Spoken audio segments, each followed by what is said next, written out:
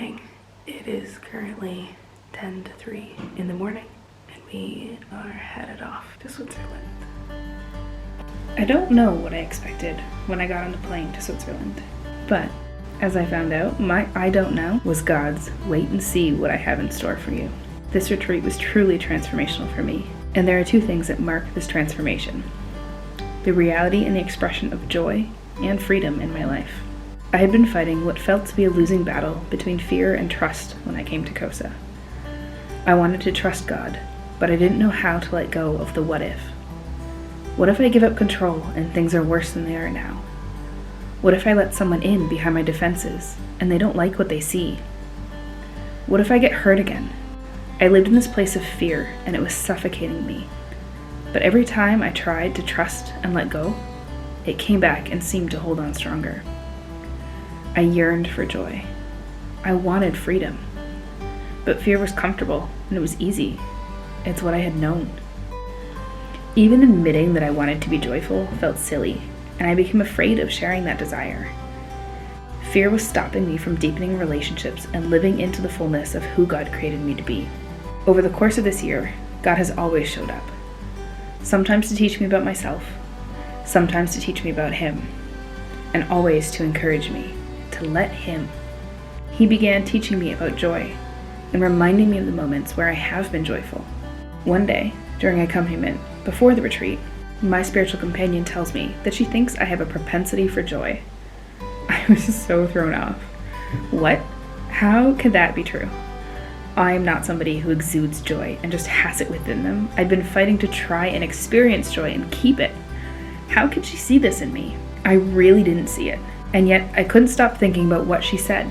So I took it to God with all my incredulity, and He stopped me and He told me to listen. And suddenly I saw it. I had been fighting to bring joy into my life, thinking it was a foreign body I needed to learn to incorporate and force. But that wasn't true. I had joy within me. It was just buried under fear and lies about myself that I had been believing for years. And then I went on a 30-day silent retreat. Through this retreat, I saw the way I was holding on to this fear, the way I was letting it become my identity. My eyes were open to lifelong wounds that created spaces for lies to take root and flourish. And I was given an opportunity to break the ties to these fears and these lies. Through prayer, God showed me who I really was, not who I believed myself to be. One morning, I sat down with my spiritual companion and a priest, and we prayed together over my life, spending intentional time releasing the fears and the lies, taking away their power, and opening myself up to the fullness of God waiting for me. What I found on the other side of this prayer was freedom. I physically felt lighter. It was as if I finally dropped the burden of fear and lies and was experiencing true freedom.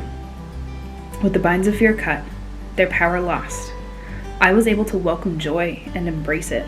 The best way I can describe this transformation is through dancing in the rain. I love a good thunderstorm, and I love the rain. But I had lost the joy that I felt in my childhood when it rained, splashing in puddles, running up and down the street. Freedom and joy fully expressed. And I had lost that, and instead cared what other people thought. I worried about the practicalities. I'm gonna get wet. I might get sick, and on it goes. A few days after this prayer on the silent retreat, we had a thunderstorm, and I could not get outside fast enough. I kicked off my shoes under a chair and ran out, watching the rain come over the mountains. And as it finally hit, I became once again that child.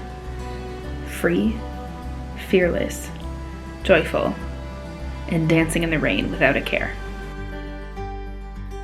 We have summited a mountain today, and we're also not in silence, but this is amazing.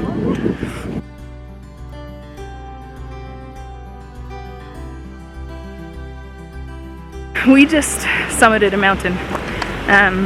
It was amazing. It was very difficult, more so than I thought, but in a different way than I thought. I don't know, I expected it to be physically tough.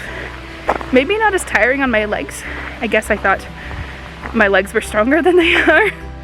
I don't know, it was really good. I feel so good. I really enjoyed it. It was hard, but in like the best way, and I would totally do it again.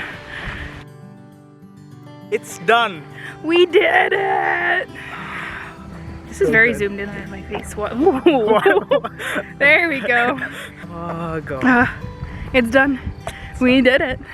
We can talk and never have to go back into silence.